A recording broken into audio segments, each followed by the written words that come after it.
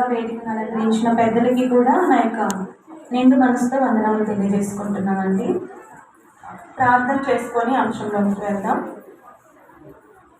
అత్యంత కరుణా సంపన్నుడమైన మా కన్న తండ్రి, ఈ ఉదయకాల సమయంలో తండ్రి మంచి మాటలు మాకు వినిపించి మరలా మధ్యాహ్న కాల సమయంలోకి మమ్మల్ని ప్రవేశపెట్టి మీ అందు మేము ఎలా బ్రతకాలో, మీరున్న స్వర్గం చేరాలంటే ఏమి చేయాలో అనేక విషయాలు తండ్రి బైబిల్ నుండి మాకు నేర్పించారు.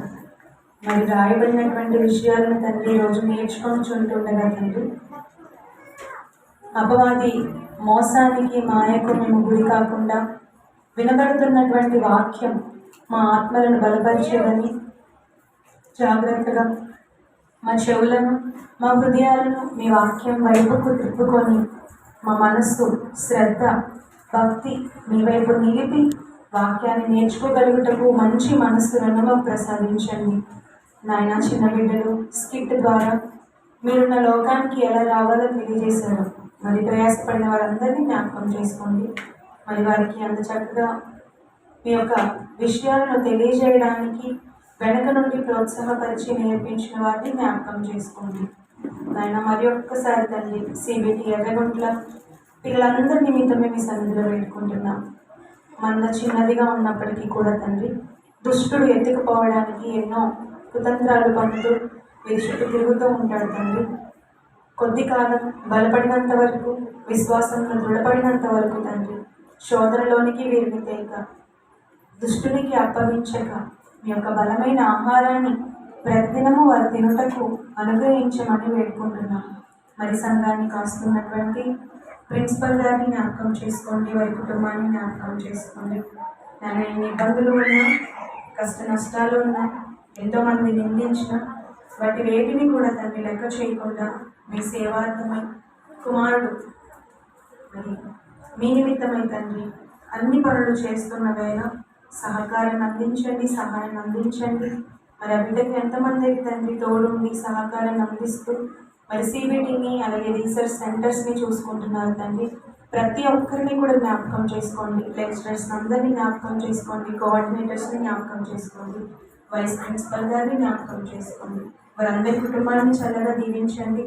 మీ చిత్తమైతే తండ్రి ఇలాంటి మరెన్నో గొప్ప గొప్ప సభలు తండ్రి మీ నామానికి ఘనతను కీర్తిని తెచ్చే విధంగా వారు చేయగలుగుటకు బలాన్ని, శక్తిని, సామర్థ్యాన్ని, ఆర్థిక స్తోమతను ప్రసాదించవలసిందిగా వేడుకుంటున్నాం తండ్రి. మందిరం భూమి మీద ఉంటుంది కానీ మీ యొక్క పనులను తండ్రి గొప్పగా చేసి ప్రభువైన యేసుక్రీస్తు వారిగా మిమ్మల్ని మహిమపరచుటకు మాకు భాగ్యాన్ని ప్రసాదిస్తారని నమ్ముతూ మరి ఇప్పుడు చెప్పలేని మాటల్లో కూడా తండ్రి మీరే తోడుగా ఉండి ఈ తరగతి అంతట్లో తండ్రి మంచి మేలును మాకు దయచేయమని వేడుకుంటూ ప్రభువైన యేసుక్రీస్తు వారి పుణ్యమైన నామంలో ఈ ప్రార్థన అడిగి వేడుకుంటున్నాము కన్న తండ్రి, ఆమేన్.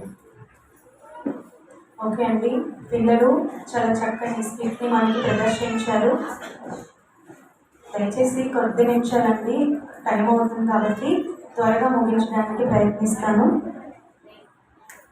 దేవుడు ఇచ్చిన పిల్లలను తిరిగి దేవునికి ఇవ్వాలి అని, దేవుని యొద్ద నుండి వచ్చిన ఆత్మ తిరిగి దేవుని యొద్దకు చేరాలి అని ఎంతో చక్కని విషయాలను మరి ఆ వయసులో వారి యొక్క ఆటలాడుకునే వయస్సుని కూడా దేవుని వైపుకు తిప్పి వారి యొక్క ప్రదర్శన ద్వారా, వారి యొక్క యాక్షన్ ద్వారా మనకు మంచి విషయాలు నేర్పించిన చిన్నారులందరినీ అభినందిస్తున్నాను.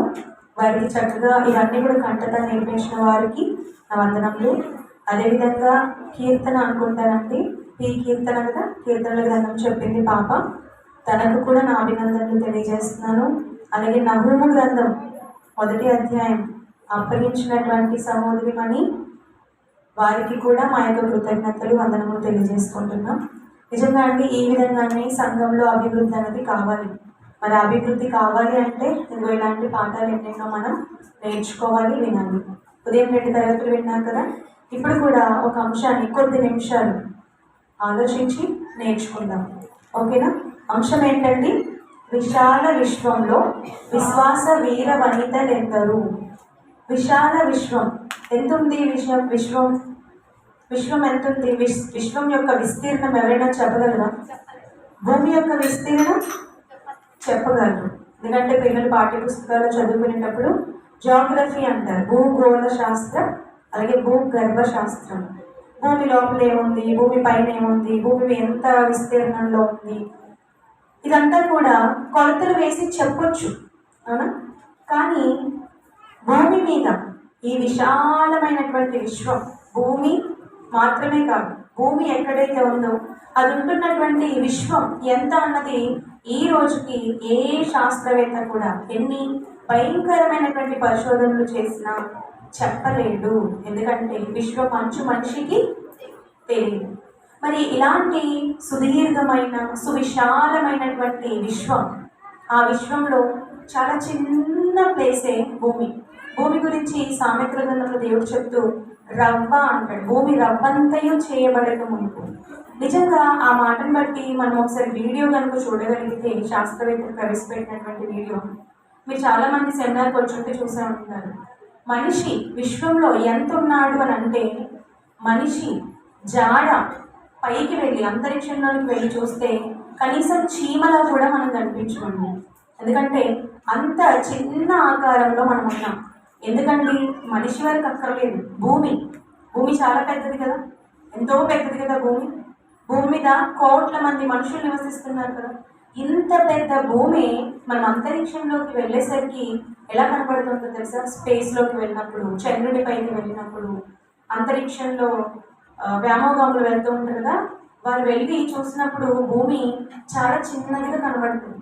అలా వీరు భూమిని దాటుకొని, భూమి ఉన్నది ఎక్కడంటే సౌర కుటుంబంలో, సోలార్ సిస్టమ్, సోలార్ ఫ్యామిలీ అంటాం.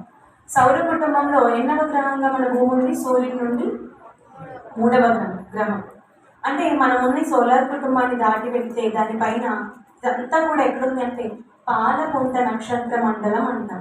మిల్కీ వే గెలాక్సీ అంటే మొత్తం నక్షత్ర మండలాలలో ఒక మండలంగా సౌర మండలాన్ని, సౌర కుటుంబాన్ని చూపిస్తారు. ఇక వీటిని కూడా మనం దాటుకొని వెళ్తే హైడ్రస్ సెంటారిస్ అని, ఆండ్రోమెడా అని, ఇలా రకరకాలైనటువంటి నక్షత్ర మండలాలను దాటుకుంటూ వెళితే మన భూమి ఎక్కడుందో అసలు కంటికి కూడా కనిపించదు. అలాంటి భూమి మీద నివసించే మనిషి విశాలమైనటువంటి విశ్వంలో మనిషి జాడ మనం చెప్పగలమా అండి? చెప్పలేము. కానీ మన టైటిల్ ఏంటంటే విశాల విశ్వంలో విశ్వాస వీర వనితలు ఎందరు. ఈ విశాలమైనటువంటి విశ్వంలో ఎంతమంది మనుషులు ఉన్నారంటే చెప్పొచ్చు. పొద్దున విన్నారు కదా, సుమారు 850 కోట్ల వరకు జనం పెరిగారు. టోటల్ ప్రపంచం అంతట్లో ఆరిన నేల మీద 7 ఖండాలుగా విభజింపబడినటువంటి నేలపై ఉన్న జనం ఎంత అంటే 800 కోట్లకు పైగా ఉన్నారు. ఓకేనా? ఇలా చెప్పొచ్చు. ఇకపోతే భూమి మీద ఆరిన నేల మీద సుమారు 200కు పైగా దేశాలు ఉంటే 7 ఖండాలలో, ఈ దేశాలన్నింటిలో ఎంతమంది ఆడ డాక్టర్లు ఉన్నారో ఒక లెక్క చెప్పొచ్చు. ఎంతమంది ఆడ పోలీస్ కానిస్టేబుల్ ఉన్నారు, ఎంతమంది ఆడ ఐపీఎస్లు ఉన్నారు, ఎంతమంది ఆడ సైనికులు ఉన్నారు అంటే మనకి వాళ్ళు గూగుల్ ఉంది కదంటే గూగుల్ తల్లి అంటున్నారు, చెప్పేస్తుంది. సగటు లెక్క మనకు చెప్పేస్తుంది. ఎందుకంటే జనాభా లెక్కలు చేస్తూ ఉంటారు, ఎప్పటికప్పుడు పరిశోధనలు జరుపుతూ ఉంటారు. కాబట్టి వీరి లెక్క ఎంత అని మనకు తెలుసు.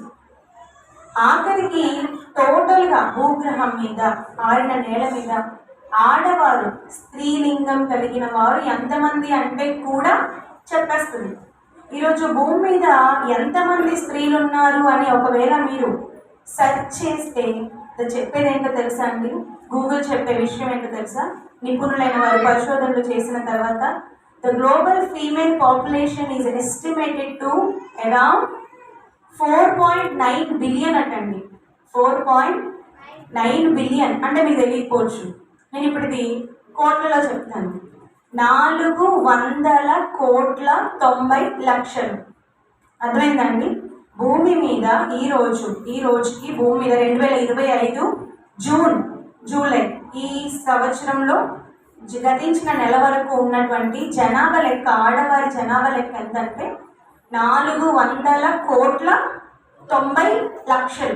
అంటే 10 లక్షలు తక్కువ 5 కోట్ల మంది ఎవరున్నారటండి?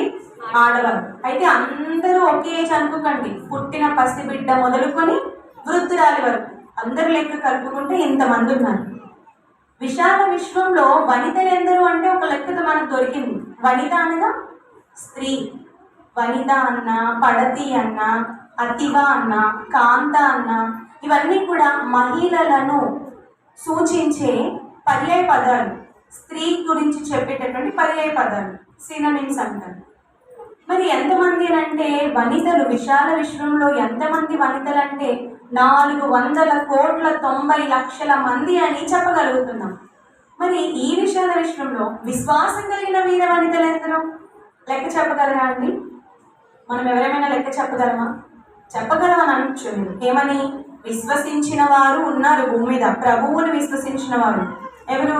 రోమన్ క్యాథలిక్స్ అవ్వచ్చు, బ్యాప్టిస్ట్ అవ్వచ్చు, పెంతెకోస్తు అవ్వచ్చు, లూథరన్ అవ్వచ్చు, చాలా రకాలైనటువంటి విశ్వాసాలు కలిగిన వారు ఉన్నారు కదా భూమి మీద. దీనంతా విశ్వాసలే అని మీరు ఒకవేళ వారిని లెక్క గడితే ఈ రోజు ఈ పాఠం విన్న తర్వాత మీ అపోహలన్నీ కూడా తప్పని తేలుతాయి. ఓకేనా? విందామా మరి రోజు అసలు విశ్వాసం అంటే ఏంటి? విశ్వాసం గురించి బైబిల్ చెప్పింది ఏంటి అని అంటే విశ్వాసం